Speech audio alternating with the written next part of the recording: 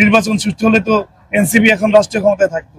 আওয়ামী লীগের মধ্যে তো ভালো লোক আছে, না নাই? এদেশে আপামর জনগণই মনে করেন আপনি এখন এনসিপির সাথে আছে, এনসিপির সমর্থনে আছে। এই দল একটি জাতিকে নেতৃত্ব দিয়েছে।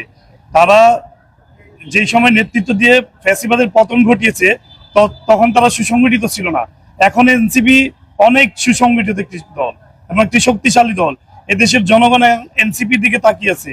এদেশের জাতির উন্নয়নে বলেন, গণতান্ত্রিক অধিকার আদায়ের ক্ষেত্রে বলেন, এখন সারা দেশের জনগণ এনসিপির দিকে তাকিয়েছে। ইনশাল্লাহ এনসিপি জনগণের আশা প্রত্যাশা পূরণ করতে সমর্থ হবে। এনসিপি ছোট দল, এটা কি বলবো আপনাকে?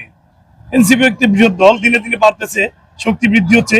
আর এদেশে আপামর জনগণই মনে করেন আপনি এখন এনসিপির সাথে আছে, এনসিপির সমর্থনে আছে। আপনারা নির্বাচন দেখেছেন না কিভাবে নির্বাচন হয়েছে? নির্বাচন সুষ্ঠু হলে তো এনসিপি এখন রাষ্ট্রীয় ক্ষমতায় থাকতো। কাজেই কাউকে ছোট করে দেখার কোনো সুযোগ নেই। অবশ্যই আসবে ইনশাল্লাহ, জনগণের প্রত্যক্ষ সমর্থন নিয়ে ক্ষমতায় আসবে। কারণ এনসিপি জনগণের জন্য কাজ করছে। ভোটের অধিকার, গণতান্ত্রিক অধিকার, মৌলিক অধিকার, মানবাধিকার, এই সমস্ত কিছু সংরক্ষণের জন্যই তো এনসিপি তৈরি হয়েছে। এবং যে সমস্ত বড় বড় বৃহৎ দলগুলোর কথা বললেন, তাদের ব্যর্থতার কারণেই এনসিপির জন্ম।